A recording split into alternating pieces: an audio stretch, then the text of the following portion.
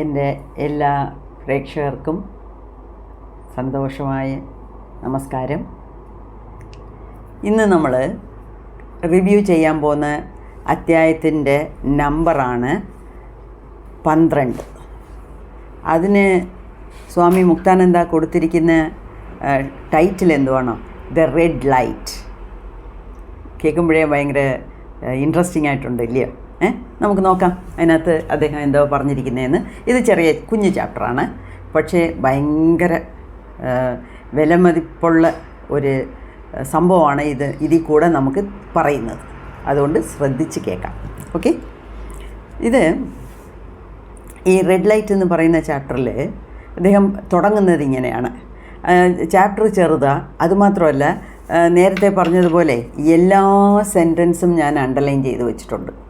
എന്നുവെച്ചാൽ ഒരു സെൻറ്റൻസും നമുക്ക്, ഒരു വാക്യം പോലും നമുക്ക് തള്ളിക്കളയാൻ പറ്റുന്നില്ല, അത്രയ്ക്ക് ഇമ്പോർട്ടൻ്റ്. അപ്പോൾ ഇതിനെ തന്നെ വീണ്ടും എൻ്റെ നോട്ട്ബുക്കിൽ പകർത്തണ്ടെന്ന് വിചാരിച്ച് ബുക്കും നോട്ട്ബുക്കും രണ്ടും തന്നെ സൈമൾട്ടേനിയസ് ആയിട്ട് വെച്ചാണ് പറയുന്നത്. എന്താണെന്ന് വെച്ചാൽ പറയുമ്പം ഒരു പോയിൻ്റ് പോലും നിങ്ങൾക്ക് മിസ്സാവരുത് എന്നുള്ളതാണ് എൻ്റെ ചിന്ത. മെയിൻ മോട്ടീവ് എന്ന് പറയുന്നത് അതാണ്. അദ്ദേഹം എങ്ങനെ തന്നോ അതുപോലെ പറയണം. അതിനാണ് ഞാൻ ഈ ബുക്കും നോട്ട്ബുക്കും ഒക്കെ വെച്ചുകൊണ്ട് പറയുന്നത്. ഓക്കെ, ഇപ്പം ഇദ്ദേഹം തുടങ്ങുന്നത് തന്നെ എങ്ങനെയാണോ? Day by day my sadhana developed and my meditation deepened. അതായത് ദിവസങ്ങളിങ്ങനെ കഴിഞ്ഞുകൊണ്ടിരിക്കുന്നു. ഓരോ ദിവസം പോകെ അദ്ദേഹത്തിൻ്റെ സാധനയിൽ ഒരുപാട് ഇമ്പ്രൂവ്മെൻ്റ് ഉണ്ടായി. അതുമാത്രമല്ല മെഡിറ്റേഷൻ, ധ്യാനം വളരെ ആഴത്തിലോട്ടങ്ങ് പോകുന്നു. ഓരോ ദിവസവും വളരെ ഡീപ്പായിട്ട് ആഴത്തിൽ പോകുന്നത് അദ്ദേഹത്തിന് മനസ്സിലാവുന്നുണ്ട്. ഇപ്പം അതുമാത്രമല്ല, കഴിഞ്ഞ വീഡിയോയിൽ ഞാൻ പറഞ്ഞിരുന്നത്, അദ്ദേഹം പറഞ്ഞതാണ് ഈ ഒരു ചുമന്ന ലൈറ്റ്. ആദ്യം അദ്ദേഹം കണ്ടത് ഒരു ചുമന്ന ലൈറ്റാണ്. പക്ഷേ ആ ലൈറ്റ് വന്ന് ഇങ്ങനെ ഷിമ്മറിങ് ലൈറ്റാണ്. ഷിമ്മറിങ് എന്ന് വെച്ചാൽ ഇങ്ങനെ എന്തുവാ, അത് മൂവ് ആകും, ഇങ്ങനെ ആടിക്കൊണ്ടിരിക്കും, അല്ലെങ്കിൽ ഇങ്ങനെ സ്ഥലം വിട്ട് സ്ഥലം പതുക്കെ ഇങ്ങനെ മൂവ് ആകും. അതാണ് ഷിമ്മറിങ് എന്ന് പറയുന്നത്. അപ്പം ഇപ്രാവശ്യം ഇങ്ങനെ സമയം പോകെ ദിവസങ്ങൾ പോകെ ഈ ആടുന്ന ചുമന്ന ലൈറ്റല്ല അദ്ദേഹം കണ്ടത്, അതങ്ങ് പോയി. അത് ആദ്യമായിരുന്നു. അടുത്ത സ്റ്റേജിലോട്ട് വന്നപ്പം ആ ഷിമ്മറിങ് ലൈറ്റൊന്നും, ചുമന്ന ലൈറ്റ് കണ്ടില്ല. അതിനു പകരം ഇദ്ദേഹത്തിന് അതിന് പകരം ഒരു സ്റ്റഡിയായിട്ടുള്ള ചുമന്ന ഓറ ആണ് കാണുന്നത്. റെഡ് ഓറ. സ്റ്റഡി എന്ന് പറഞ്ഞാൽ മറ്റേ ഷിമ്മറിങ്ങിൻ്റെ ഓപ്പോസിറ്റ്, ഇല്ലയോ? ഷിമ്മറിങ് എന്ന് പറഞ്ഞാൽ ഇങ്ങനെ ആടിക്കൊണ്ടിരിക്കുന്നത്. ഈ വിളക്ക് കത്തിക്കുമ്പോഴേ ചിലപ്പോൾ ഇങ്ങനെ ആവത്തില്ല, അതാണ് ഷിമ്മറിങ്. ഇപ്പോൾ ഇതിൽ ആ ഓറ വന്ന് സ്റ്റഡിയായിട്ടിരുന്നു, ആടിയില്ല. ഇപ്പം ചിലർക്ക് ഓറ എന്ന് വെച്ചാൽ എന്തുവാന്ന് ഒരു സംശയം തോന്നും. ഈ ഓറ, AURA, ഓറ, ഈ നമ്മളൊക്കെ ഓറ എന്നാണ് പറയുന്നത്.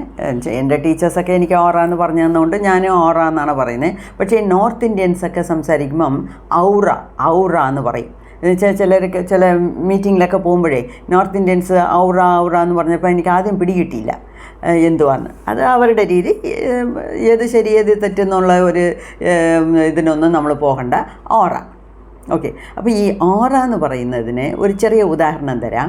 അതായത് ഏത് ദൈവത്തിൻ്റെ പടം എടുത്താലുമേ തലയെ ചുറ്റി ഒരു മഞ്ഞളായിട്ട് വട്ടത്തിലൊന്ന് കാണും.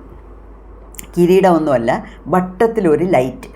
മുരുകൻ്റെ പടം എടുത്താലും ശരി, മഹാലക്ഷ്മിയുടെ പടം എടുത്താലും ശരി, ഫോട്ടോയിൽ ഇങ്ങനെ ചുറ്റിയിരിക്കും. അതാണ് ഓറ. ശരിക്കും പറഞ്ഞാൽ നമ്മളുടെ ഭാഷയിൽ പറയുവാണെങ്കിൽ ഈ സ്ഥൂല ശരീരം, സൂക്ഷ്മ ശരീരം, രണ്ടെണ്ണത്തിനെ കുറിച്ച് നമ്മൾ ആവശ്യത്തിന് പഠിച്ചിട്ടുണ്ട്, ഇല്ലയോ? ഈ സ്ഥൂല ശരീരം എന്ന് പറയുന്നത് എന്തുവാ? കണ്ണുകൊണ്ട് കാണുന്ന ഫിസിക്കൽ ബോഡി. സൂക്ഷ്മ ശരീരം എന്ന് പറയുന്നത് എന്തുവാ? കണ്ണുകൊണ്ട് കാണാൻ വയ്യാത്ത 4 കോശാസ് പഠിച്ചിട്ടുണ്ട്, ഇല്ലയോ? മെൻ്റൽ ബോഡി, ആസ്ട്രൽ ബോഡി, പിന്നെ മറ്റേ 2 കോശങ്ങൾ. നമുക്കത് ഇപ്പം വേണ്ടാന്ന് പറഞ്ഞ് ഞാൻ അത് മാറ്റി വെച്ചിട്ടുണ്ട്. Intellectual layer and the bliss body. Okay, അതാണ്. അപ്പം ഇതിൽ ഓറ എന്ന് പറയുന്നത് ഈ ആസ്ട്രൽ ബോഡിയാണ് ഓറ എന്ന് പറയുന്നത്. ആസ്ട്രൽ ബോഡിക്ക് വേറെ 2 പേരുണ്ട്. That is the energy body or the pranic body. അതായത് നമ്മളുടെ ദേഹത്ത് എനർജി, അതായത് ശക്തി, പ്രാണൻ കൂടുമ്പം നമ്മളെ ചുറ്റി ഒരു നമ്മളുടെ സൈസിന്, നമ്മളുടെ ദേഹത്തിനെ ചുറ്റി നമ്മളുടെ ദേഹത്തിൻ്റെ ഷേപ്പിലേ തന്നെ ഒരു വെള്ള കളറിൽ ഒന്ന് കാണും. അതാണ് നമ്മളുടെ, സത്യത്തിലും പറയാൻ പോയ നമ്മളുടെ ആസ്ട്രൽ ബോഡി. അതിലും ഞാൻ നേരത്തെ പറഞ്ഞിട്ടുണ്ട് ഒരു വീഡിയോയിൽ, ഈ ആസ്ട്രൽ ബോഡി എന്ന് പറഞ്ഞാലേ ഈ മരണത്തിന് ശേഷം ഈ ഡെഡ് ബോഡി ഇങ്ങനെ താഴെ കിടക്കും. പക്ഷേ ആ ഡെഡ് ബോഡിയുടെ ഷേപ്പിൽ തന്നെ അതേ ഇതിൽ, പക്ഷേ കയ്യും കാലും ഒന്നും വളരെ ക്ലിയറായിട്ട് കാണത്തില്ല. ഏകദേശം അതേ സൈസ്, അതേ ഷേപ്പ്, അതേ ലെങ്ത്ത് ഇങ്ങനെ ദേഹത്തൂന്ന് മേളിൽ പോകുന്ന പോലെ കാണിക്കും. സിനിമയിലും ബുക്കിലും ഒക്കെ നമ്മൾ കണ്ടിട്ടുണ്ട്, ഇല്ലയോ? അതാണ് ഓറ. ഓക്കെ. അപ്പം ഇദ്ദേഹത്തിൻ്റെ സൈസിനും ബോഡി ഷേപ്പിനും ഒത്ത ഒരു ഓറ, പക്ഷേ റെഡ് കളർ, സ്റ്റഡിയായിട്ട് അദ്ദേഹത്തിൻ്റെ ദേഹത്തിന് ചുറ്റി ഇങ്ങനെ പരവിയിരിക്കുന്നത് അദ്ദേഹത്തിനെ കൊണ്ട് കാണാൻ പറ്റുന്നു. അതുമാത്രമല്ല, ഞാൻ നേരത്തെ പറഞ്ഞതാണ് ഇദ്ദേഹം ഇവിടെ പറയുന്നത്, അതായത് ഈ ഓറ എന്ന് പറയുന്നത് ഈ പഞ്ഞി പോലെ. നമുക്കൊക്കെ ആദ്യമൊക്കെ മിക്കവാറും ഓറ എന്ന് പറയുന്നത് പല കളറിലായിരിക്കും. നമ്മളുടെ ദേഷ്യം ആയിട്ടിരിക്കുമ്പം ഒരു കളറ്, സന്തോഷമായിട്ടിരിക്കുമ്പം ഇനിയൊരു കളറ്, ദുഃഖമായിട്ടിരിക്കുമ്പം ഇനിയൊരു കളറ്. അങ്ങനെ നമ്മളെ ചുറ്റിയുള്ള ഓറയ്ക്ക് കളറ് മാറും, അതിൻ്റെ സൈസ് മാറും. ചിലപ്പം തിന്നായിട്ടിരിക്കും, ചിലപ്പം നല്ല തിക്കായിട്ടിരിക്കും. അപ്പോൾ ഓറയെക്കുറിച്ചൊക്കെ ഞാൻ നേരത്തെ എൻ്റെ വീഡിയോസിൽ ഇഷ്ടംപോലെ പറഞ്ഞിട്ടുണ്ട്. അത് ഇനിയൊരു പ്രാവശ്യം കൂടെ പോയി കേട്ടാൽ മതി. ഇപ്പം ഈ ഓറ എന്ന് പറയുന്ന അദ്ദേഹത്തെ റെഡ് കളറാണ്. റെഡ് കളറിലുള്ള ഓറ എന്ന് പറയുമ്പോൾ അത് ഒരുവിധപ്പെട്ട മനോഭാവത്തിനെ കുറിക്കുന്നതാണ്. ഓക്കെ. അപ്പോൾ ഇദ്ദേഹത്തിൻ്റെ സൈൻ. പിന്നെ ഇത് ഈ ഓറ എന്ന് പറയുന്നത് ഉള്ളിലും, ദേഹത്തിന് ഉള്ളിലും പുറത്തും ഇങ്ങനെ വ്യാപിച്ചിരിക്കും. ഓക്കെ. അതുപോലെ ഇപ്പോഴും അദ്ദേഹത്തിന് അങ്ങനെയാണ് കാണുന്നത്. അത് ഇത് ആടാത്ത, ഷിമ്മറിങ് ചെയ്യാത്ത ഒരു സ്റ്റഡി ആയിട്ടുള്ള ലൈറ്റാണ്. അപ്പോൾ ഈ ലൈറ്റിനെ ഇദ്ദേഹത്തിന് നല്ലപോലെ കാണുന്നുണ്ട്. കണ്ണടച്ച് ധ്യാനത്തിലിരിക്കുമ്പോൾ നല്ലപോലെ ആ ചുമന്ന ലൈറ്റ്, ചുമന്ന ഓറ അദ്ദേഹത്തിനെ ചുറ്റിയും ഉള്ളിലും പുറത്തുമുള്ള ഓറയിനെ ക്ലിയറായിട്ട് കാണുന്നുണ്ട്. കുറേ നേരം കാണാനും പറ്റുന്നുണ്ട്. Long periods. I would see the light for long periods. പെട്ടെന്ന് വന്ന് പോകുന്ന പോലെ അല്ല, കുറേ നേരം അത് കണ്ടുകൊണ്ടിരിക്കും. അങ്ങനെ ഇദ്ദേഹം അങ്ങനെ അതിനെ വാച്ച് ചെയ്യുമ്പം അതിൽ നിന്ന് ലക്ഷക്കണക്കായിട്ട് ഈ രേഷ്മികൾ, ചെറിയ ചെറിയ ചെറിയ രേഷ്മികൾ ആ ഓറായിൽ നിന്ന് ഇങ്ങനെ വെളിയിൽ വരും. വെളി വന്ന് ഇരിക്കും.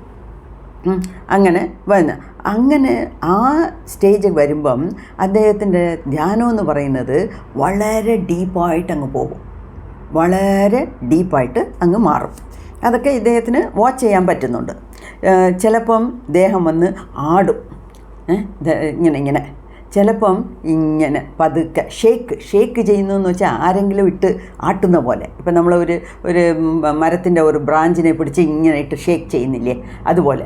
അപ്പം ആരോ നമ്മളുടെ ദേഹത്തിനെ ഇട്ട് ഉലയ്ക്കുന്ന പോലെ ഒക്കെ, അതാണ് ഷേക്കിങ്. അതേസമയത്ത് ഇനിയൊന്ന് പറയുന്നത് സ്വേ എന്ന് പറയുന്നത് ഈ നല്ല ഒരു ജെൻറ്റിൽ ബ്രീസ്, നല്ല ഒരു തെന്നൽ കാറ്റ് അടിക്കുമ്പോഴേ ഈ പൂക്കളൊക്കെ പതുക്കെ ഇങ്ങനെ ആടിക്കൊടുക്കും, അതാണ് സ്വേയിങ്. സോ ഇദ്ദേഹത്തിൻ്റെ ദേഹത്ത് തന്നെ അങ്ങനെ ആരോ ഇട്ട് കുലുക്കുന്ന പോലെയും, അല്ലെങ്കിൽ ചിലപ്പോൾ ഇങ്ങനെ മൈൽഡായിട്ട് ആടുന്ന പോലെയും, അങ്ങനെയൊക്കെ പല പല അനുഭവങ്ങളാണ് ഇദ്ദേഹത്തിന് ഉണ്ടാകുന്നത്.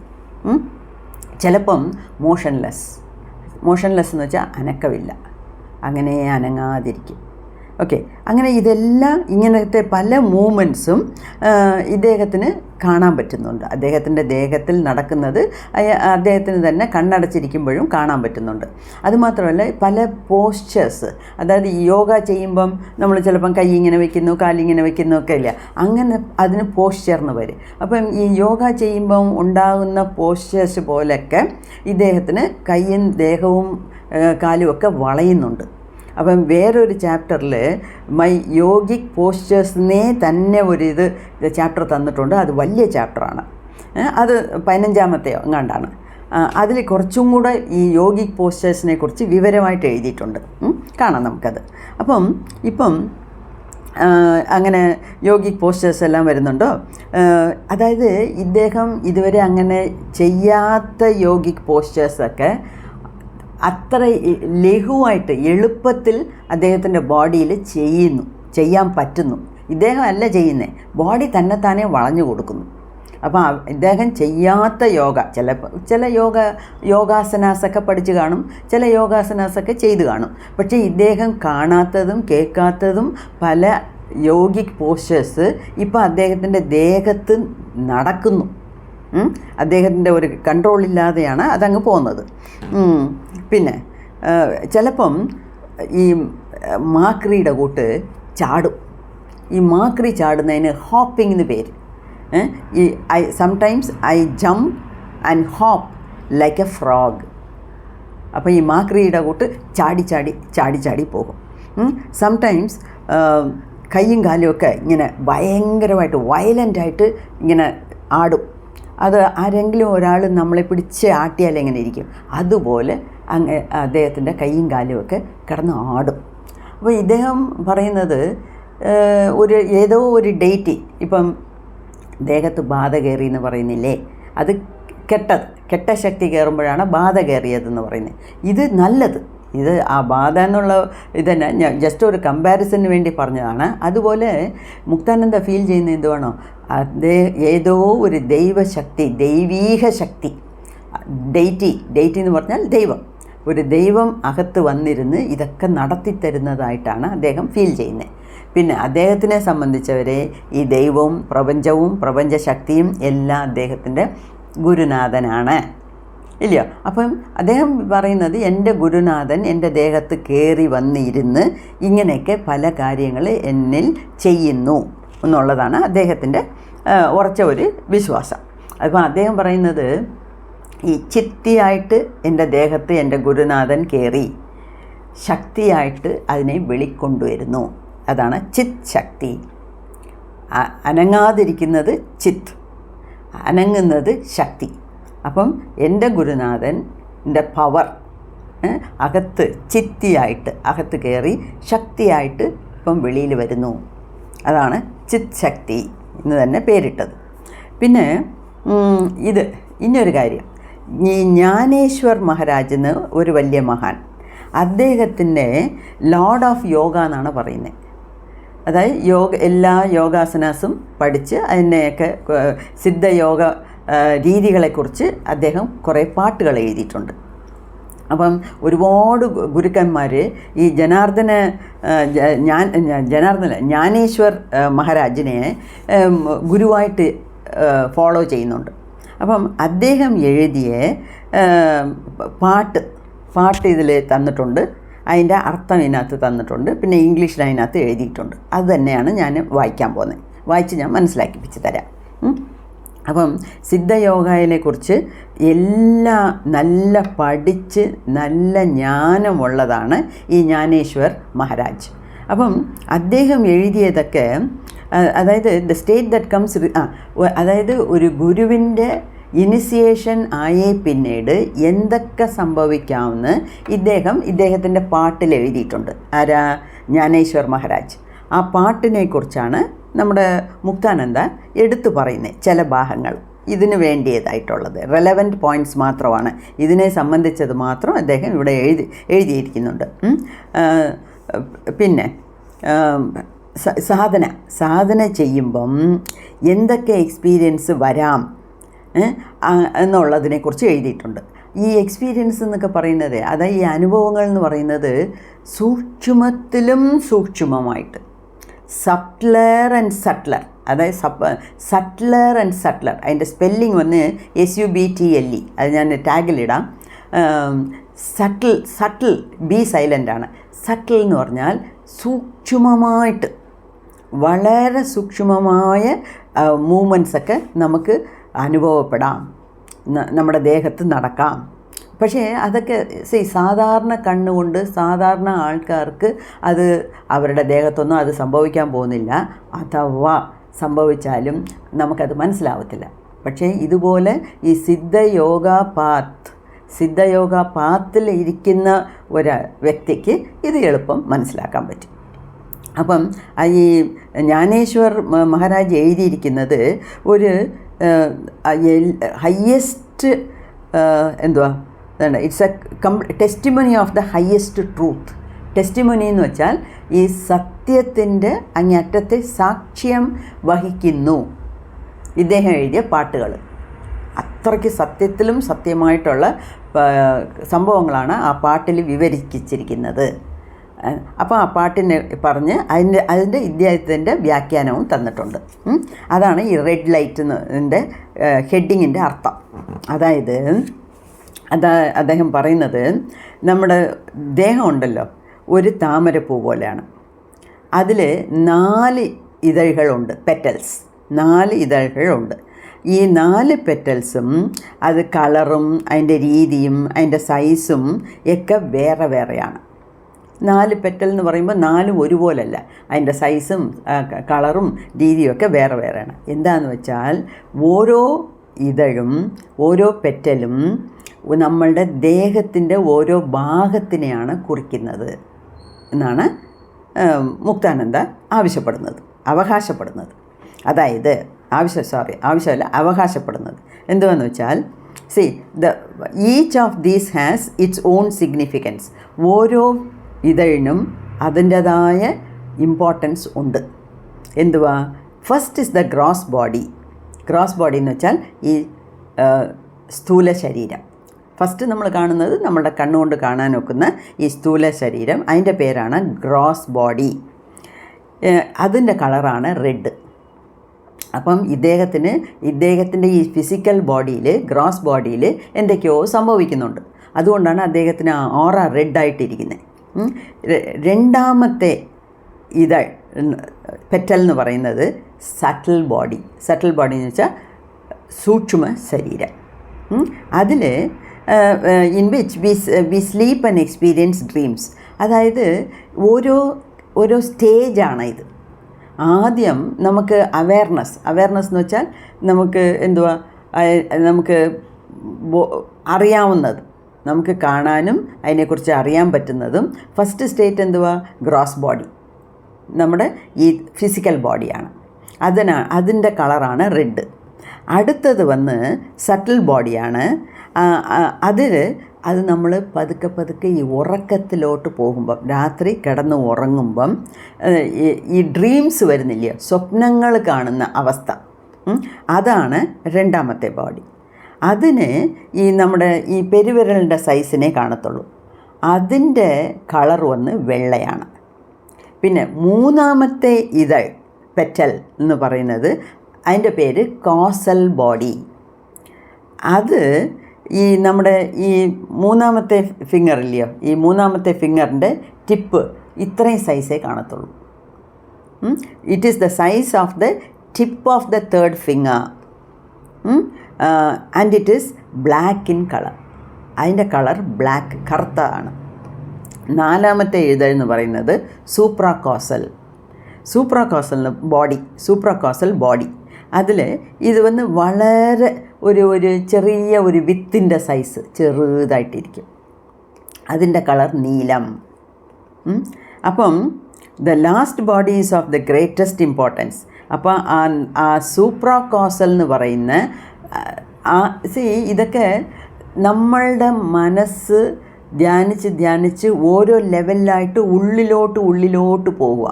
വെളിയിൽ ആദ്യം നമ്മുടെ ഈ സാധാരണ കണ്ണുകൊണ്ട് കാണുന്ന ഗ്രോസ് ബോഡി അല്ലെങ്കിൽ ഫിസിക്കൽ ബോഡി, അതിന് പിന്നെ ഉള്ളിലോട്ട് പോകുമ്പം പലവിധ രീതിയിൽ നമ്മളുടെ ദേഹത്തിൽ മാറ്റങ്ങൾ വരുന്നുണ്ട്. കളറ് മാറുന്നു, സൈസ് മാറുന്നു. അതിനേറ്റ പോലെ ഇവർ പേരുകളും വെച്ചിട്ടുണ്ട്. അത്രയേ ഉള്ളൂ. അപ്പം നമ്മൾ മെഡിറ്റേഷനിൽ ഇരിക്കുമ്പം ഓരോ സ്റ്റേജിലായിട്ട് കടന്ന് ഉള്ളിലോട്ട് പോന്നു. അതാണ് അതിൻ്റെ അർത്ഥം. Okay, the colour is blue. അപ്പം നാലാമത്തെയാണ് സൂപ്രാകോസൽ, അതിൻ്റെ കളർ ബ്ലൂ, നീലം. ഈ നീലം എന്ന് പറയുന്നത് വളരെ ഇമ്പോർട്ടൻ്റ് ആയിട്ടുള്ള ഒരു സ്റ്റേജാണ്. അത് വളരെ ബ്രില്യൻ്റായിട്ടിരിക്കും. ബ്രില്യൻ്റ് എന്ന് വെച്ചാൽ ബ്രൈറ്റായിട്ടിരിക്കും, നല്ല തിളങ്ങുന്നതായിട്ടിരിക്കും. അതൊക്കെ വരുമ്പോഴാണ് നമ്മുടെ സാധന ഒരുവിധം ഒരു ലെവലിൽ എത്തിയിട്ടുണ്ട് എന്ന് നമുക്ക് മനസ്സിലാക്കാൻ പറ്റുന്നത്. And it is the highest inner vision. Inner vision എന്ന് വെച്ചാൽ നമ്മൾ കണ്ണടച്ചിരിക്കുമ്പം അകത്തൂടെ കാണുന്നതാണ് ഇന്നർ വിഷൻ. അപ്പോൾ ഈ ഇന്നർ വിഷനിൽ ഈ കളറുകളെല്ലാം നമുക്ക് കാണാൻ പറ്റുമെന്നാണ് പറയുന്നത്. അപ്പം ഏതൊക്കെ കളറാണ്? ആദ്യം ചുമപ്പ്, പിന്നെ വെള്ള, പിന്നെ കറുപ്പ്, പിന്നെ നീല. ഇദ്ദേഹം ഈ എക്സ്പീരിയൻസ് പാർട്ട് 2-ൽ ഈ 4 കളറിനെ കുറിച്ച് 4 ചാപ്റ്ററായിട്ടേ ഇട്ടിട്ടുണ്ട്. അപ്പം എത്ര ഇമ്പോർട്ടൻ്റ് അത് എന്ന് നമുക്ക് മനസ്സിലാവുന്നു. ആ കളറും അത് ഇദ്ദേഹം ഉള്ളിലോട്ട് കടന്ന് പോന്നു. അപ്പം കാണുന്ന കാഴ്ചകളാണ് ഓരോ കാഴ്ചകൾ, ഓരോ സീൻസ്, അതൊക്കെയാണ് അദ്ദേഹം ഇങ്ങനെ വിവരിച്ചിരിക്കുന്നത്. ഓക്കെ, അപ്പം the power of the Guru's grace enters the disciple's body in a subtle form. അതായത് ഒരു ശിഷ്യൻ്റെ ദേഹത്ത് ആ ഗുരുവിൻ്റെ ശക്തി, ഗ്രേസ് എന്ന് പറഞ്ഞാൽ അനുഗ്രഹം, അത് ദേഹത്തിനകത്ത് കയറി ഒരുപാട് മാറ്റങ്ങൾ വരുത്തുന്നു. ദേഹത്തിൽ ഒരുപാട് മാറ്റങ്ങൾ വരുത്തുന്നുണ്ട്. ഈ ചെറിയ ഒരു തീപ്പൊറി ഉണ്ടെങ്കിൽ ഒരു ഉണക്ക പുല്ലിലോ അല്ലെങ്കിൽ കാട്ടിലോ അല്ലെങ്കിൽ കുറേ പേപ്പറുകളോ അല്ലെങ്കിൽ വൈക്കലിലോ ഒരു ചെറിയ സ്പാർക്ക് കിട്ടിയാൽ മതി, അത് മൊത്തം അങ്ങ് കത്തിത്തീരും ഇല്ല. അതുപോലെ ചെറിയ ഗുരുവിൻ്റെ ഒരു ഇനിസിയേഷൻ മതി, നമ്മുടെ ദേഹം മുഴുക്ക കത്തും, ഉള്ളിലും പുറത്തും. അതാണ് ഇദ്ദേഹം ഇപ്പം അനുഭവിക്കുന്നത്. ഓക്കെ, അപ്പം ഓരോന്നായിട്ട്. അപ്പോൾ ശക്തി എൻറ്റേഴ്സ് ദ സിദ്ധ സ്റ്റുഡൻറ്റ്, അതായത് ചിത് ശക്തി ഉള്ളിൽ കയറുന്നു. അതുമാത്രമല്ല, ഈ ശക്തി അകത്തിരിക്കുമ്പമാണ് ഈ പല കളറുകളും മാറ്റങ്ങളും ഒക്കെ ഉണ്ടാകുന്നത്. അതായത് the first rank involves the red petal. നമ്മൾ നേരത്തെ കണ്ട പോലെ ചുമന്ന പെറ്റൽ ഇതൾ പോലെയാണ് ഉള്ളത്. ഇതിലെ ഈ the body is the vehicle for experiencing happiness. The body is the vehicle for experiencing happiness and pain. അതായത് ഈ ദേഹം, ഈ ഫിസിക്കൽ ബോഡി ഉണ്ടെങ്കിലേ അതിനകത്ത് നമുക്ക് സന്തോഷവും വേദനയും അനുഭവിക്കാനൊക്കത്തുള്ളൂ. അപ്പം അതേപോലെ ഈ ദേഹം എന്ന് പറയുന്നത് വളരെ വില മതിപ്പുള്ളതാണ്. ഒരുപാട് കാര്യങ്ങൾ ഇതിനെക്കുറിച്ച് പറഞ്ഞിട്ടുണ്ട്. അതായത് ഈ പലരും തിരുമൂലർ എഴുതിയ തിരുമന്ദിരം എന്ന് പറയുന്നത് 3000 പാട്ടുകളുള്ളതാണ്. തിരുമൂലർ എന്ന് പറയുന്ന സിദ്ധ യോഗി 3000 വർഷം ജീവിച്ചിരുന്നു എന്നാണ് പറയുന്നത്. 3000 വർഷം ജീവിച്ചിരുന്നു. ഒരു വർഷത്തേക്ക് ഒരു പാട്ടേ എഴുതത്തുള്ളൂ, 4 വരിയാണ്. ഒരു പാട്ടിൽ 4 വരി. അങ്ങനെ 3000 പാട്ട് എഴുതി. അങ്ങനത്തെ തിരുമൂലർ പോലും തമിഴിലാണ് അദ്ദേഹം എഴുതിയിരിക്കുന്നത്. അത് പറഞ്ഞിട്ടുണ്ട്, കായമേ ഇത് പൊയ്യടാ കാറ്റടയത്ത പയ്യട. അതെന്ന് പറഞ്ഞാൽ കായം എന്ന് വെച്ചാൽ ദേഹം, അത് നമുക്കെല്ലാവർക്കും അറിയാം. അപ്പം ഈ ദേഹം എന്ന് പറയുന്നത് പൊയ് എന്ന് വെച്ചാൽ അത് സ്ഥിരമായിട്ടുള്ളതല്ലല്ലോ. ഇപ്പം I'm not the body, I'm not the mind, who am I എന്ന് ചോദിക്കുമ്പോഴേ നീ ആത്മാവാണ്, നീ എന്ന് പറയുന്നത് നിൻ്റെ ഉള്ളിൽ കത്തുന്ന ആത്മാവാണ്, ജീവാത്മാവാണ്, അല്ലാതെ നിൻ്റെ ദേഹവും മനസ്സും അല്ല എന്ന് നമ്മൾ നേരത്തെ കണ്ടു. അപ്പം അതൊക്കെ നമ്മൾക്ക് ബോധ്യമുണ്ട്.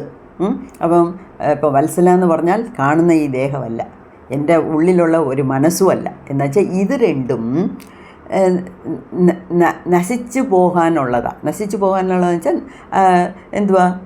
ചീത്തയായി പോകുമെന്ന് വെച്ചാൽ ഇപ്പോൾ ദേഹം മരിച്ചു പോയാൽ, ജീവൻ വെളിയിൽ പോയാൽ ദേഹം എത്ര ദിവസത്തേക്ക് വെച്ചേക്കും? ചീഞ്ഞു പോകത്തില്ലേ?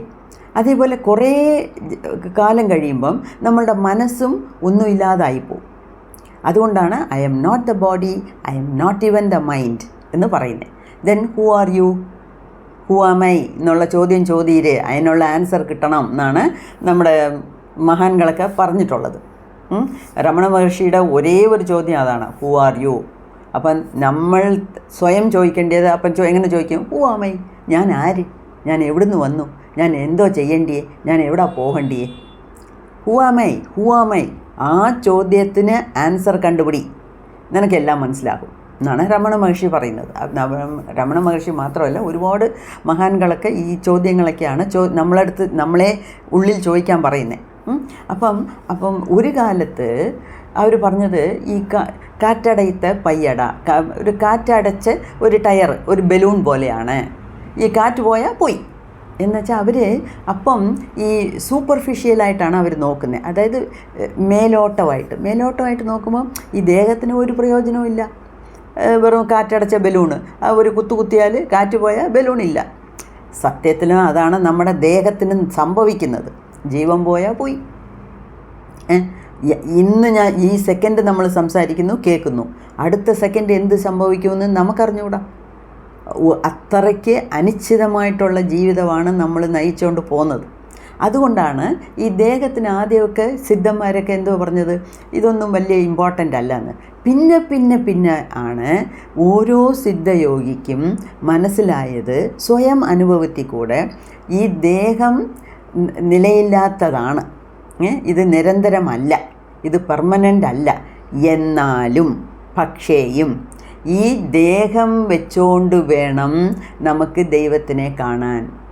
എന്താണെന്ന് വെച്ചാൽ ദൈവത്തിൻ്റെ അടുത്ത് പോകണമെങ്കിൽ, ദൈവത്തിനെ കാണണമെങ്കിൽ, അല്ലെങ്കിൽ നമ്മുടെ ഉള്ളിലുള്ള ദൈവത്തിനെ കാണണമെങ്കിൽ, ദൈവം വേറെ എവിടെയും ഇല്ല. ഉടമ്പേ കോവിൽ. ദേഹമെന്ന് പറയുന്നതാണ് ഒരു അമ്പലം. അകത്തുള്ളതാണ് ആ ജീവാത്മാ എന്ന് പറയുന്ന ആത്മ, അതാണ് ദൈവം. അങ്ങനെ പറയുമ്പം ഈ ദേഹം ഒന്നിനും കൊള്ളരുതാത്തതെന്ന് തള്ളിക്കളയാൻ പറ്റത്തില്ല. എന്താണെന്ന് വെച്ചാൽ ഈ ദേഹം വേണം, ഈ മനസ്സ് വേണം, നമ്മളുടെ പഴയ ഓർമ്മകൾ വേണം, ഒരുപാട്. ഇപ്പം ദൈവം തന്നിരിക്കുന്ന ഈ ജന്മമെന്ന് പറയുന്നത് അത്രയ്ക്ക് പുനിതമായിട്ടുള്ള ഒരു ജന്മമാണ്. അതുകൊണ്ടാണ് ഔവയാർന്ന ഒരു പോയറ്റുണ്ടായിരുന്നു തമിഴ്നാട്ടിൽ, വളരെ വയസ്സായ ഒരു സ്ത്രീ. അവരുടെയൊക്കെ കഥയൊക്കെ കേട്ടാൽ ഭയങ്കര ഇൻട്രസ്റ്റിംഗ് ആണ്. കൈലാസത്ത് എന്നെ കൊണ്ടുപോകുന്നത് ഗണപതിയാണ് തുമ്പിക്കയിൽ വെച്ച് ഔവയാറിനെ മേളി കൊണ്ടുപോയത്. അപ്പം അവർ പറഞ്ഞതാണ്, അരിത് മാനിടരായി പിറത്തലരിത് എന്ന് പറഞ്ഞു. അതിൻ്റെ അർത്ഥം എന്തുവാന്ന് വെച്ചാൽ, മനുഷ്യജന്മം കിട്ടുന്നതേ വളരെ ഭാഗ്യം ചെയ്തവർക്കേ കിട്ടത്തുള്ളൂ. അതായത് പുണ്യ ആത്മാവിനെ മനുഷ്യജന്മം കിട്ടത്തുള്ളൂ. എന്താണെന്ന് വെച്ചാൽ ഈ മനുഷ്യജന്മം എടുത്താൽ മാത്രമേ നമുക്ക് ദൈവത്തിനെ കാണാൻ പറ്റത്തുള്ളൂ. വേറെ ചെടികൾക്കോ മലയ്ക്കോ മണ്ണിനോ കാറ്റിനോ മൃഗങ്ങൾക്കോ ദൈവത്തിനെ കാണാൻ ഒക്കത്തില്ല. ആ ദൈവം നമ്മുടെ ഉള്ളിലാണ് ഇരിക്കുന്നത്. ശരിക്കും പറഞ്ഞാൽ what is the location of God എന്ന് ഉണ്ട്. അങ്ങനെയൊക്കെ ഒരുപാട് ചർച്ചകളൊക്കെ ഉണ്ട്. ആ ലൊക്കേഷൻ ഓഫ് ഗോഡ് എന്ന് പറയുന്നത്, ഞാൻ നേരത്തെ പീനിയൽ ഗ്ലാൻഡിനെ കുറിച്ച് പറഞ്ഞു തന്നില്ല. അതായത് രണ്ട് ഹെമിസ്ഫിയറായിട്ട് ഈ നമ്മുടെ തലച്ചോറ്, ബ്രെയിൻ, 2 ഹെമിസ്ഫിയർ, അതിൻ്റെ ഏറ്റവും നടുക്കുള്ളതാണ് ഈ പീനിയൽ ഗ്ലാൻഡ്. പൈൻ ഷേപ്പിലിരിക്കും. അതിൻ്റെ പൈൻ കോണൊക്കെ ഞാൻ കാണിച്ചു തന്നിട്ടുണ്ട്. ആ പീനിയൽ ഗ്ലാൻഡിനകത്താണ് നമ്മുടെ ആത്മാവ് കുടികൊണ്ടിരിക്കുന്നത് എന്നാണ് പറയുന്നത്. ഓക്കെ. അപ്പം നമ്മൾ വെളിയിൽ ദൈവം എവിടെ എന്ന് തേടിയിട്ട് കാര്യമില്ല. ദൈവം നമ്മുടെ ഉള്ളിൽ തന്നെ ഉണ്ട്. അതുകൊണ്ടാണ് ഒരു സ്റ്റേജ് കഴിയുമ്പം നമ്മളുടെ ചിന്തയെ ഉള്ളിലോട്ട് മാറ്റണം. ഈ പുറലോകത്തിലുള്ള ഈ സന്തോഷവും കാറും വീടും പണവും പ്രതാപവും എല്ലാം കുറേച്ചൊക്കെ അനുഭവിച്ചിട്ട് അതിനെ മാറ്റി വെച്ചിട്ട് ഉള്ളിൽ തിരിഞ്ഞ് നോക്കാൻ പറയുന്നത്. എന്താണെന്ന് വെച്ചാൽ നമ്മൾ ഉള്ളിലോട്ട് നോക്കുമ്പോൾ മാത്രമേ നമുക്ക് ഉള്ളിലുള്ള നമ്മുടെ ദൈവത്തിനെ നമുക്ക് കാണാൻ പറ്റത്തുള്ളൂ. നമ്മുടെ ദൈവം എന്ന് ഇവിടെ പറയുന്നത് നമ്മുടെ ആത്മാവാണ്. ഓക്കെ. അപ്പം ദേഹം നിരന്തരമല്ല. പക്ഷേ ഈ ദേഹം വെച്ചുകൊണ്ട് വേണം നമുക്ക് നമ്മുടെ ഉള്ളിലുള്ള, എന്താണെന്ന് വെച്ചാൽ ദേഹത്തിലാണ് തലച്ചോറുള്ളത്, തലച്ചോറിനകത്താണ് പീനിയൽ ഗ്ലാൻഡുള്ളത്, പീനിയൽ ഗ്ലാൻഡിലാണ് ആത്മായിരിക്കുന്നത്. അപ്പം അതിനെ എങ്ങനെ നമ്മൾ കണ്ടുപിടിക്കണം, അവിടെ കണ്ടെത്തണം എന്നുള്ളതാണ് ഈ സാധനകളെല്ലാം. ഈ ക്രിയായോഗ, ആനാപാനസതി, വിപസന മെഡിറ്റേഷൻ, ഇങ്ങനത്തെ കാര്യങ്ങളെല്ലാം, ഈ സാധനകളെല്ലാം ചെയ്യാൻ ഈ ദേഹം വേണം. ഈ ദേഹം കൊണ്ട് ഇങ്ങനെയൊക്കെ പല സാധനങ്ങൾ ചെയ്ത് വേണം നമുക്ക് നമ്മളുടെ ഉള്ളിലുള്ള ആത്മാവിനെ കണ്ടെത്താൻ. ഓക്കെ. അപ്പം അതാണ് ഇദ്ദേഹം പറയുന്നത്, the body is the vehicle. Body is the vehicle. ഇപ്പം നമുക്ക് ഒരു സ്ഥലത്തുനിന്ന് ഇനിയൊരു സ്ഥലം പോകാനേ നമുക്ക് സൈക്കിൾ വേണം, അല്ലെങ്കിൽ സ്കൂട്ടർ വേണം, കാറ് വേണം, ഷിപ്പ് വേണം, എയ്റോപ്ലെയിൻ വേണം. ഇതൊക്കെ വെഹിക്കിളാണ്, ഒരു വാഹനമാണ്. അപ്പം ഈ ദേഹത്തിനെ ഒരു വാഹനമായിട്ട് കണ്ട് ആ വാഹനത്തിനെ ഉപയോഗിച്ച് നമുക്ക് എവിടെ പോകാൻ പറ്റുമോ അവിടെയൊക്കെ പോകണം. അപ്പം ഇത് കൊള്ളരുതെന്ന് ഇതിനെ തള്ളിക്കളയരുത്. അപ്പം ഇതേ ദേഹം കൊണ്ടാണ് നമുക്ക് ഒരുപാട് നല്ല കാര്യങ്ങൾ ചെയ്യാൻ പറ്റുന്നത്. ഇതേ ദേഹം കൊണ്ടാണ് നമുക്ക് കുറേ ചീത്ത കാര്യങ്ങളും ചെയ്യാൻ പറ്റുന്നത്. ഓക്കെ, അപ്പം നമ്മൾ നല്ലത് ചെയ്യുന്നോ ചീത്ത ചെയ്യുന്നോ എന്നുള്ളത് അവനവൻ്റെ മനോധർമ്മം, അവൻ മനസ്സിൽ തോന്നുന്ന പോലെ അത് ചെയ്യുക. അപ്പം ഈ പഞ്ചേന്ദ്രിയങ്ങൾ, ജ്ഞാനേന്ദ്രിയങ്ങൾ ഇതെല്ലാം ഉള്ളത് എവിടെ? നമ്മുടെ ദേഹത്താണ്. അപ്പം അതുമാത്രമല്ല 5 വിധമായിട്ടുള്ള പ്രാണൻ എന്തൊക്കെയാണ്?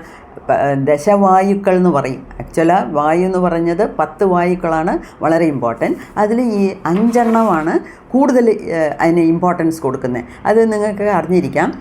പ്രാണൻ, അപാനൻ, ഉദാനൻ, സമാനൻ, വിയാനൻ. ഈ 5 വായുക്കളും വളരെ ഇമ്പോർട്ടൻ്റ് ആണ്. ഓക്കെ, ഈ ദശവായുക്കളെക്കുറിച്ച് ഞാൻ നേരത്തെ പറഞ്ഞിട്ടുണ്ട്, ഒരു വീഡിയോ ഇടാമെന്ന്. എന്ന് വെച്ചാൽ എൻ്റെ ഗുരുക്കന്മാർക്ക് ഒക്കെ അത് വളരെ ഇഷ്ടപ്പെട്ട ടോപ്പിക്കാണ്. അവർ ആവശ്യത്തിന് എനിക്ക് പറഞ്ഞു തന്നിട്ടുണ്ട്. അതിനെക്കുറിച്ച് ഞാൻ വേറെ ഒരു സന്ദർഭത്തിൽ ഇടാം. ഓക്കെ, അപ്പം ഈ പ്രാണാസ് ഇതൊക്കെ ഉള്ളത് ഈ ദേഹത്തിലാണ് അതൊക്കെ കുടികൊണ്ടിരിക്കുന്നത്. അത് വെച്ച് വേണം നമുക്ക് നമ്മളുടെ ഉള്ളിലുള്ള ദൈവത്തിനെ കണ്ടെത്താൻ എന്ന് പറയുന്നു. അപ്പം ഈ ചുമന്ന ബോഡി, അതായത് ഈ ഫിസിക്കൽ ബോഡി എന്ന് പറയുന്നത് നമ്മുടെ വേക്ക്ഫുൾ സ്റ്റേറ്റ്. വേക്ക്ഫുൾ എന്ന് വെച്ചാൽ നമ്മളിപ്പം ഉണർന്നിരിക്കുന്ന സമയം, ഉറങ്ങുന്ന സമയമല്ല, ഉണർന്നിരിക്കുന്ന സമയം. ഉണർന്നിരിക്കുന്നു എന്ന് പറഞ്ഞാൽ എന്തുമൊക്കെ എൻ്റെ ചുറ്റിലും നടക്കുന്നതെന്ന് എനിക്കറിയാം. ഇപ്പം ഞാൻ സംസാരിച്ചുകൊണ്ടിരിക്കുന്നു, ഇപ്പം നിങ്ങൾ കേട്ടുകൊണ്ടിരിക്കുന്നു. നിങ്ങൾ എന്തുവാ കേൾക്കുന്നതെന്ന് നിങ്ങൾക്കറിയാം. ആരാ സംസാരിക്കുന്നതെന്ന് അറിയാം. എന്തോതിനെക്കുറിച്ചാണ് സംസാരിക്കുന്നതെന്ന് അറിയാം. ഇപ്പം ഞാൻ സംസാരിക്കുന്നു, എന്തോതിനെക്കുറിച്ചാണ് ഞാൻ പറയേണ്ടത് അതും എനിക്കറിയാം. അപ്പം നമ്മളുടെ കംപ്ലീറ്റ് ബോധത്തോടു കൂടിയ ഉള്ള സ്റ്റേറ്റാണ് ഈ ഫിസിക്കൽ ബോഡി. അതാണ് റെഡ് ബോഡി. അപ്പം ഇതിന് നമ്മൾ കൊടുക്കേണ്ട പ്രാധാന്യം കൊടുത്തിരിക്കണം. അപ്പം ഈ കുണ്ടലിനി ശക്തി ഉണരുമ്പോഴാണ് ഈ നമ്മുടെ ദേഹത്ത് തന്നെ പല കാര്യങ്ങൾ നമ്മളെ അറിയാണ്ട് നടക്കുന്നത്. അത് പല ക്രിയാസ് ചെയ്യുന്നു, പല ആസനങ്ങൾ നമ്മളെ അറിയാണ്ട് ഇടുന്നു, പല മുദ്രകൾ ഇടുന്നു. അതുമാത്രമല്ല, ദീസ് ക്രിയാസ് ആർ നോട്ട് മീനിങ്ലെസ് എന്ന് വെച്ചാൽ എന്തുവാ? അർത്ഥം ഇല്ലാത്തതല്ല. ദാറ്റ് മീൻസ് അർത്ഥമുണ്ട്. ഈ ദേഹത്തിൽ എന്തിനാണ് ഇങ്ങനെയൊക്കെ പല ഷേപ്പുകളും ആസനങ്ങളൊക്കെ ഉണ്ടാകുന്നത്? അതിനൊക്കെ അർത്ഥമുണ്ട്. അതായത് കുണ്ടലിനി ശക്തിയുടെ ഒരു ഭാഗമായിട്ടാണ് ഇങ്ങനത്തെ കാര്യങ്ങളൊക്കെ നടക്കുന്നത്. പിന്നെ they are different from the movements of other bodies. ഈ ഫിസിക്കൽ ദേഹത്ത് നടക്കുന്നത് ഈ റെഡ് ലൈറ്റിൽ ഫസ്റ്റ് സ്റ്റേജ് ഉണ്ടല്ലോ, ഇത് മറ്റ് സ്റ്റേജുകളെക്കാട്ടിലും വ്യത്യസ്തമായിട്ട് ഉള്ളതാണ്. അപ്പം ഈ ക്രിയാസൊക്കെ നടക്കുമ്പോഴേ കുറേ നേരം നടക്കും. ഈ മുദ്രാസ് ഇടുന്നത്, ക്രിയാസ് നടക്കുന്നത് കുറേ നേരം നമ്മുടെ ദേഹത്ത് നടക്കും. When meditation is on the red light begins, one has various experiences each day. ഇതൊക്കെ നമുക്ക് ഒരു പാഠമാണ്. ഇത് കേൾക്കുന്നവരിൽ എത്ര പേർക്ക് അനുഭവങ്ങളൊക്കെ കിട്ടിയിട്ടുണ്ടെന്ന് അറിഞ്ഞുകൂടാ. പക്ഷേ എനിക്ക് ഈ റെഡ് ലൈറ്റ് വരെ ഒന്നും ഞാൻ വന്നിട്ടില്ല.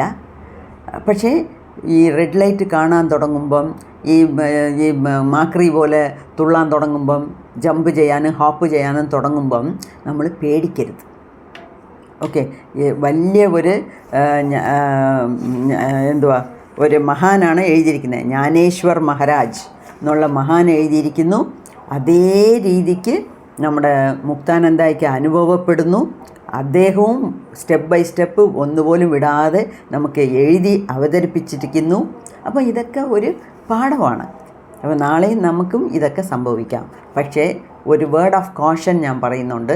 വേർഡ് ഓഫ് കോഷൻ എന്ന് വെച്ചാൽ അതായത് ഒന്ന് ശ്രദ്ധിക്കുക. നാളെ മെഡിറ്റേഷൻ ഇരുന്നുകൊണ്ട് ഇന്ന് എനിക്ക് ചുമന്ന ലൈറ്റ് വരും എന്ന് വിചാരിച്ചുകൊണ്ട് ഇരുന്ന് കളയരുത്. ചുമന്ന ലൈറ്റ് എപ്പം വരുന്നോ അപ്പം വരും. ചുമന്ന ലൈറ്റ് നോക്കിക്കൊണ്ട് ഈ ശ്വാസത്തിനെ നിരീക്ഷിക്കുന്നതോ അല്ലെങ്കിൽ നമ്മുടെ മനസ്സിനെ ഇതായിട്ട് കാമായിട്ട് വെക്കാനുള്ള രീതികളെല്ലാം മറന്നിട്ട് എപ്പോൾ എനിക്ക് റെഡ് ലൈറ്റ് വരും, എൻ്റെ ദേഹം എങ്ങനെ ഇരിക്കുക, എപ്പോൾ എനിക്ക് ഇപ്പം എന്തോ യോഗ ഒക്കെ വരുന്നുണ്ട്, എന്തോ ക്രിയയൊക്കെ വരുന്നുണ്ട്, എന്തോ ഒക്കെ എൻ്റെ ദേഹത്ത് നടക്കുന്നുണ്ട്. ഇങ്ങനൊന്നും ഇമാജിനേഷനിൽ പോയി കളയരുത്. ഇമാജിനേഷൻ എന്ന് വെച്ചാൽ കൽപ്പനാശക്തി ഉപയോഗിച്ച് നമ്മൾ പലതും വിഷ്വലൈസ് ചെയ്യാൻ പാടില്ല. ഓക്കെ, പക്ഷേ ഇതൊക്കെ ഒരു അറിവാണ്. ഇതുപോലെ നമുക്ക് സംഭവിക്കാം. ദിവസവും ഇദ്ദേഹത്തിന് പല പല കളറുകൾ വരുന്നുണ്ട്. ബ്ലാക്ക് ലൈറ്റിനെ പറ്റി പറയുന്നുണ്ട്, വൈറ്റ് ലൈറ്റിനെ പറ്റി പറയുന്നുണ്ട്, ബ്ലൂ ലൈറ്റിനെ പറ്റിയും പറയുന്നുണ്ട്. അതൊക്കെ വളരെ നല്ല ഒരു ഇതാണ്. അതുകൊണ്ടാണ് ഞാൻ ഇത് ചെയ്യണമെന്ന് ആഗ്രഹിച്ച് വളരെ ഇൻട്രസ്റ്റിംഗ് ആയിട്ട് ചെയ്യുന്നത്. അങ്ങനെ അപ്പം ഓരോ ദിവസവും ഓരോ അനുഭവങ്ങളാണ്. And through these experiences one's concentration steadily increases. അതായത് മെഡിറ്റേഷൻ, ധ്യാനത്തിലുള്ള ശക്തി, അതിൻ്റെ പവറ് വളരെ ആഴത്തിലോട്ട് പോകും. ആഴത്തിലോട്ട് പോയാൽ എന്തുവാ, 7ാമത്തെ സ്റ്റേറ്റാണ് മെഡിറ്റേഷൻ, ധ്യാനം. 8ാമത്തെ സ്റ്റേറ്റ് സമാധി. അപ്പോൾ ആ സമാധി നിലയ്ക്ക് നമ്മളെ കൊണ്ടു ചെല്ലും. അതാണ്. അതുമാത്രമല്ല, ആൻഡ് ദ നാഡീസ് ബിക്കം പ്യൂരിഫൈഡ്. ഇതാണ് ഞാൻ പറഞ്ഞത്. അതായത് ഞാൻ പറഞ്ഞില്ലേ 2-3 വീഡിയോസിന് മുമ്പേ, നിങ്ങൾക്ക് എങ്ങനെ തോന്നുന്നു എന്ന്. ചിലരൊക്കെ നല്ല രീതിയിൽ തന്നെ കമൻറ്റ്സ് എഴുതിയത് എനിക്കതിൽ വളരെ സന്തോഷമുണ്ട്. അതായത് ചിലർ വന്ന് ഇത് പുനർജന്മമെന്ന് പറഞ്ഞു. ഈ പുനർജന്മമെന്ന് നമുക്കിത് പറയാൻ ഒക്കത്തില്ല. എന്താ വെച്ചാൽ നമ്മൾ മരിച്ചേ പിന്നീട് കിട്ടുന്നതാണ് പുനർജന്മം, വേറൊരു ജന്മം. അപ്പോൾ ഈ ജന്മത്ത് തന്നെയാണ് നടക്കുന്നത്. അതുകൊണ്ട് അത് പുനർജന്മമെന്നല്ല. പക്ഷേ ചുമ്മാതെ സംസാരിക്കുമ്പോൾ മരിച്ച് എണിച്ച പോലെ ഇതൊരു 2ാമത്തെ ജന്മമാണ്, ഇതൊരു പുതു ജന്മമാണ്, നമ്മൾ കാഷ്വലായിട്ട് സംസാരിക്കുമ്പോൾ അങ്ങനെ പറയാം. പക്ഷേ ഞാൻ ഉദ്ദേശിച്ചത് ഈ ഗുരുദേവ് ഇദ്ദേഹത്തിൻ്റെ ദേഹത്ത് കയറി ആ ഇനിസിയേഷന് പിന്നാണല്ലോ ഇത്രയും അവസ്ഥകൾ ഇദ്ദേഹത്തിന്.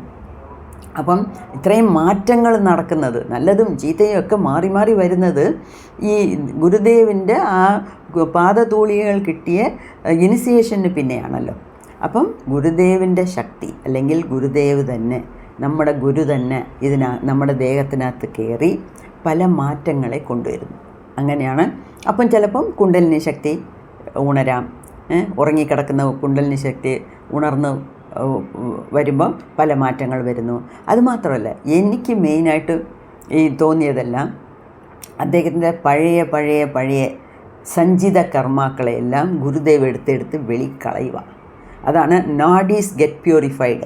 അതായത് ഈ 72,000 നാഡികൾ, ശരിക്കും പറഞ്ഞാൽ ഈ 72,000 നാഡികളല്ല, 72 കോടി നാഡികളുണ്ട്. 72 കോടിയെ 72 ലക്ഷത്തി എത്രയോ നമ്പറാണ് പറയുന്നത്. ദൈവത്തിനെ അറിയാമോ എന്തോ ആരിതൊക്കെ എണ്ണി വെച്ചിരിക്കുന്നു. എല്ലാം ഈ സിദ്ധന്മാർ ചെയ്ത ജോലികളാണ്. ഈ ധ്യാനത്തിൽ ഇരുന്ന് ഇത്രയൊക്കെ എണ്ണി കണ്ടുപിടിച്ച് വെച്ചിരിക്കുന്നു. അപ്പം അതിൽ വളരെ ഇമ്പോർട്ടൻ്റ് ആയിട്ടുള്ളതാണ് ഈ 72,000 നാഡികൾ. അപ്പോൾ ഇത്രയും നാഡികളിലുള്ള ബ്ലോക്സ്, പഴയ ഓർമ്മകൾ, വേണ്ടാത്ത ചിന്തനകൾ, മൊത്തത്തിൽ സഞ്ചിത കർമ്മനെ ക്ലീൻ ചെയ്യുന്നതാണ് ഈ പരിപാടി. അങ്ങനെയാണ് ഞാൻ കണ്ടത്. ഇപ്പം ഇദ്ദേഹവും അങ്ങനെയാണ് എഴുതിയിരിക്കുന്നത്. പക്ഷേ ചിലർ കമൻസിൽ അങ്ങനെ എഴുതിയിട്ടുണ്ടായിരുന്നു. അപ്പം ഓരോരുത്തരുടെ അഭിപ്രായം. ഇപ്പം ചിലർ എഴുതിയിട്ടുണ്ടായിരുന്നു കുണ്ടലിനി ശക്തിയുടെ അവേക്കനിങ് ആണെന്ന്. അതും ഇദ്ദേഹം പറയുന്നുണ്ട്. പക്ഷേ കുണ്ടലിനി ശക്തി അവേക്കനാകുമ്പം ഇങ്ങനെയൊക്കെ വരുമായിരിക്കും, നമുക്കറിഞ്ഞുകൂടാ. അതുകൊണ്ട് നമ്മൾ ഇദ്ദേഹം പറയുന്നതിനെ വിശ്വസിക്കുക. ഓക്കെ, നാളെ നമുക്കും വരാം, വരാതെയും ഇരിക്കാം. അപ്പം നമ്മൾ ന്യൂട്രൽ അടിച്ച് വേണം മെഡിറ്റേഷനിൽ ഇരിക്കാൻ. അങ്ങനെയാണ്. ഓക്കെ, അപ്പോൾ ഇതൊക്കെയാണ് ഇത്രയേ ഉള്ളൂ. ആ റെഡ് ലൈറ്റിനെ കുറിച്ചാണ് പറയുന്നത്. അപ്പോൾ റെഡ് ലൈറ്റ് എവിടെ കാണും? നമ്മുടെ ഈ സ്ഥൂല ശരീരത്താണ് കാണുന്നത്. സൂക്ഷ്മ ശരീരത്തിനകത്തോട്ട് ഇനിയും നമ്മൾ പോയിട്ടില്ല. ഫസ്റ്റ് സ്റ്റേജിലാണ് ഇദ്ദേഹം ഇരിക്കുന്നത്. ഓക്കെ, അതാണ് പറഞ്ഞിരിക്കുന്നത്. അപ്പം പിന്നെ വേറൊരു ചെറിയ കാര്യം പറയാനുണ്ട്, 2 കാര്യം പറയാനുണ്ട്. ഞാൻ പറഞ്ഞു, ഇന്നലെ ഞാൻ തട്ടത്തുമലയ്ക്ക്, കിളിമാനൂർ തട്ടത്തുമലയ്ക്ക് ഇനിയൊരു പ്രാവശ്യം കൂടെ പോയിരുന്നു. ഇന്നലെ ഗുരുപൂർണിമയായിരുന്നു, ഞായറാഴ്ചയായിട്ട്. അപ്പം ഞാനും മരുമോനും കൂടെ കാറിൽ അവിടെ പോയി. നമ്മുടെ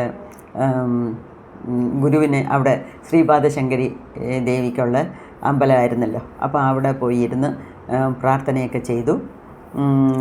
കാലടി മാധവൻ നമ്പൂരി എൻ്റെ ഗുരുവാണ്. അപ്പോൾ അവിടെ മൊത്തം ഒരു 50 പേരുണ്ടായിരുന്നു.